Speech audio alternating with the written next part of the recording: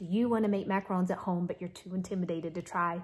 Well, after today's video, you're going to know the 5 crucial steps to get those beautiful batches and prepare you for success.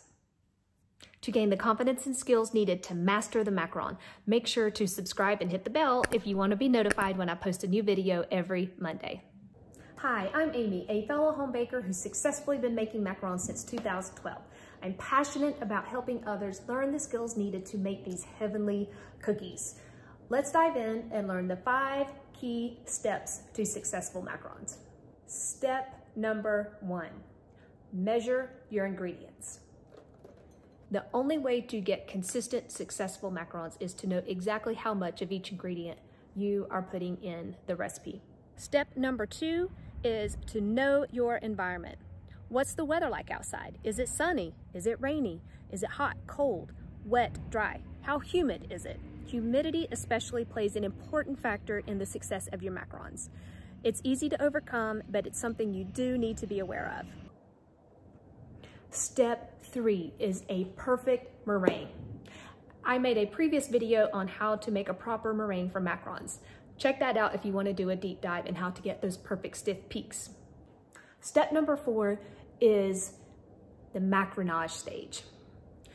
This is where most mistakes happen, and it's so easy to either overmix or undermix. I also made a video on the proper technique for macaronage. I encourage you to check it out in the cards above. I'll also link it in the description below. That's probably 80 to 90% of your macarons being successful.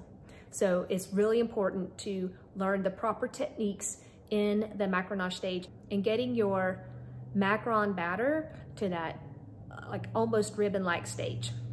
Step number 5 is your oven. It can make or break your macarons.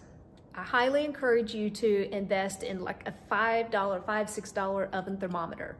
Just because your oven up here says 300, 320 doesn't necessarily mean that is the temperature inside your oven. You want to make sure you have a consistent temperature and it's the correct temperature. You can check that by using an oven thermometer.